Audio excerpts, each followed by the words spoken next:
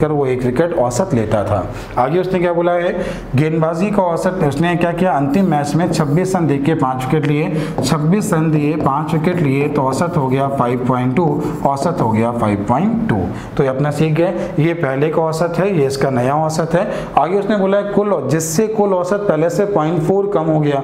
तो पहले जो औसत था 12.4 था, 0.4 कम हुआ तो कितना हो गया 12, इसके बीच का अंतर 0.4, इसके बीच का अंतर 6.8, रेशियो लिया तो 17:1 आया।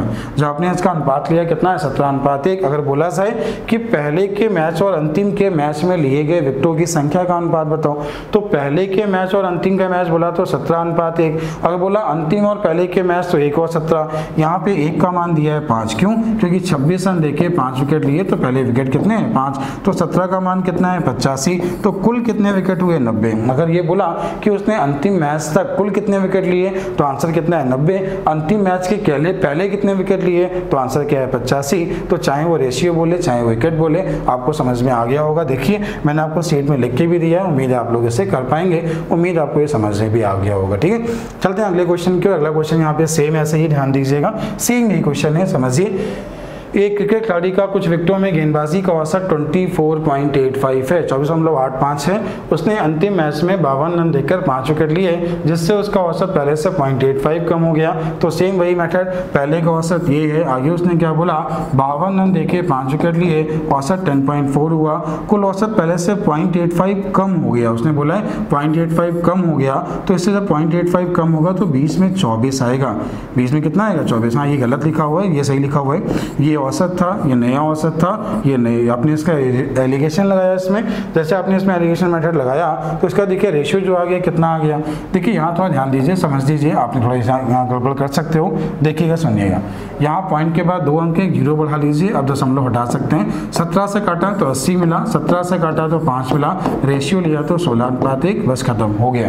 अंतिम मैच और पहले के मैच बोला तो 1 और 16, पहले अंतिम बोला तो 1 और 16 और 1। यहाँ पर जो विकेट हैं 5 हैं, पहले कितने हुए 80, अब तक कुल कितने विकेट हुए 85। उम्मीद है कॉन्सेप्ट समझ में आया होगा और आप लोग क्वेश्चन ये कर पाएंगे। ठीक है, अगला क्वेश्चन आपके सामने, अगला क्वेश्चन देखें। एक व्यक्ति के समूह के, क्या बोला, कुछ व्यक्तियों के समूह के, क्या बोला गया है, कुछ व्यक्तियों के समूह में व्यापारियों का वर्ग ए और नौकरी करने वालों का वर्ग बी है। पूरे समूह की औसत आयु 27 वर्ष है। पूरा समूह मतलब कुल की बात कर रहा है, और जो कुल का होगा उसे हम 20 में लिखेंगे। तो पूरे समूह की औसत आयु 27 वर्ष है। आगे इसके बाद उसने क्या बोला कि पूरे समूह की औसत आयु 27 वर्ष है। नौकरी करने वाले या ए की औसत आयु 34, तो ए का औसत, ये बी का औसत, एलिगेशन मेथड लगाया, रेशियो आ गया 3 और 7। जैसे बोला जाए कि ए और बी में औसत क्या है तो आंसर क्या है 3 और 7, बी और ए में औसत क्या है 7 और 3। तो कुल लोग कितने हुए 10, 10 में कितने 3 कितने परसेंट 30%, 10 में 7 कितने परसेंट 70%। उम्मीद है आपको ये मैटर समझ में आ गया होगा और आप लोग क्वेश्चन समझ पाएंगे और कर पाएंगे। ठीक है, अगला क्वेश्चन आपके सामने, अगला क्वेश्चन ध्यान दें। अगला क्वेश्चन है, किसी क्लास में 2 सेक्शन ए और बी हैं जिसमें 35 और 40 छात्र हैं। किसी क्लास में 2 सेक्शन ए और बी हैं जिनमें 35 और कितने छात्र हैं 35 में 40 में 35 छात्र हैं। इन परीक्षाओं में खंड ए का औसत 64 है, खंड ए का 64 है। यदि पूरे का औसत कितना है 60 है, तो ये 35 से 40 से कुल कितने 75, औसत कितना है 60। पहला जो उसका बेसिक मेथड पहले देख लीजिए, बाद में इसको आसान कर देंगे, पहले बेसिक मेथड समझिए। 75 का औसत ये, पहले इसका योग निकाल लें, 35 का ये है, इसको योग निकाल लें, इसमें से इसको माइनस कर लें ऊपर वाला, तो ये वाला आ जाएगा, 40 का भाग दे दे, आंसर आ जाएगा। ये क्वेश्चन का बेसिक मेथड बना, कैसे आसान कर सकते हो आप ये देखो। ठीक है, देखिए पहले कितने छात्र हैं 35, फिर कितने हैं 40, तो अगर रेशियो ले लो तो रेशियो आएगा 7 और 8, इसका रेशियो कितना आएगा 7 और 8। ठीक है, अब ध्यान दीजिए समझिएगा, जो कुल का औसत है वो 60 है, कुल का औसत को हमेशा 20 में लिखते हैं, और ए का जो औसत है वो 64 है। ये कितना है 64, ये वाला पूछा है। कैसे आसान करना है देखना, देखिए इसका जो अंतर हुआ 4 हुआ, और 8 का मान 4 तो 1 का मान आधा, 1 का मान आधा तो 7 का मान 3.5 हुआ। अब एलिगेशन में क्या होता है, अगर 20 वाली वैल्यू 1 से कम है तो 1 से ज़्यादा होगी, तो 64 से कम है तो ये वाला जो मान होगा ये 60 से कम होगा। ये 64 से क्या है, ये सॉरी 64 ये है, तो 64 से 20 वाला क्या है कम है, तो ये वाला क्या होगा, ये वाला जो होगा 60 से कम होगा, मतलब 60। इनके क्या होता है 20 वाला मान 1 से कम और 1 से ज़्यादा, इससे कम है तो इससे क्या होगा ज़्यादा। ठीक है, तो मतलब 60 से कम होगा, 60 से कितना कम होगा 3.5, तो क्वेश्चन का आंसर 56.5। ये क्वेश्चन का आसान मेथड हुआ, उम्मीद है आपको समझ में आया होगा और आप लोग क्वेश्चन इस तरह के कर पाओगे। ठीक है, अगला क्वेश्चन देखिए देखिए अगला क्वेश्चन समझिएगा। तो अगला क्वेश्चन जो आपका है, अगला क्वेश्चन देखिए समझिए। ये क्वेश्चन ध्यान दीजिए, बहुत अच्छा सवाल है, ऐसे क्वेश्चन एग्जाम में आजकल बन रहे हैं, अच्छा सवाल है, देखिएगा समझिएगा।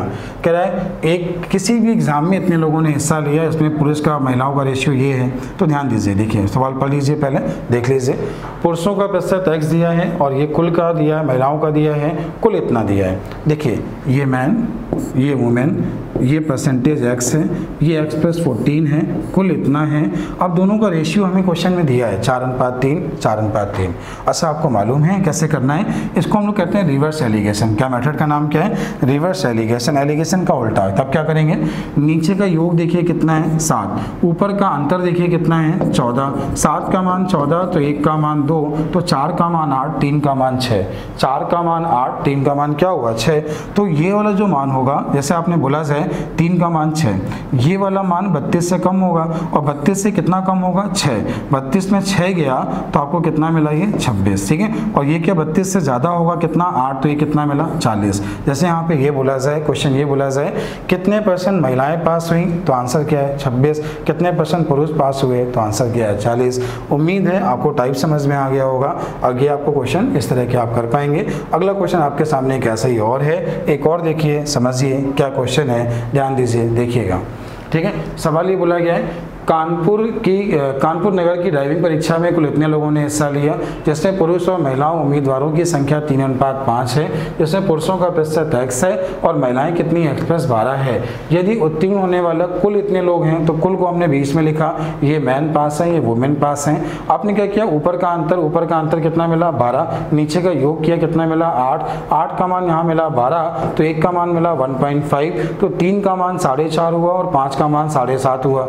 x का मान इससे कम होगा, कितना कम होगा 7.5, आपने इससे 7.5 कम किया और इसमें 4.5 जोड़ दिया, आपके दोनों मान आ गए। उम्मीद है आप लोग ऐसे क्वेश्चन कर पाएंगे, बहुत आसान है। अगर आपने क्वेश्चन को बेसिक किया तो ये क्वेश्चन बहुत अच्छा है, ठीक है। चलते हैं अगले क्वेश्चन की ओर। अगला क्वेश्चन यहाँ पे क्या बोला गया है, अगला क्वेश्चन देख लीजिए, समझ लीजिए। ये भी क्वेश्चन भी रिवर्स एलिगेशन से हो सकता है, देखिएगा समझिएगा, ठीक है। एक परीक्षा में 8 परीक्षार्थियों का प्राप्तांकों का औसत 51 है। तो एक परीक्षा में 8 परीक्षार्थी हैं, इनका औसत कितना दिया है 51 है। आगे बोला अन्य 9 विद्यार्थियों का औसत 68 है, अन्य 9 का जो है 68 है, बीच वाला पूछा है। कैसे आसान करना, अभी देखिए कैसे आसान करना है, ठीक है। नीचे का योग 17, ऊपर का अंतर 17, 1 का मान 1 तो 8 का मान 8, 9 का मान 9। तो इससे भी 68 से कम होगा, कितना कम होगा 8, तो कुल का औसत 60, और इससे 51 से 9 ज़्यादा तो भी कितना है 60, कुल का औसत खत्म। लेकिन कॉमन लोग क्या करते हैं, कॉमन लोग ये करते हैं 8 का औसत ये है, 9 का औसत ये है, पहले ये योग निकालेंगे फिर ये योग निकालेंगे, दोनों को जोड़ेंगे, आप लोग क्वेश्चन को सॉल्व करते हैं, ठीक है।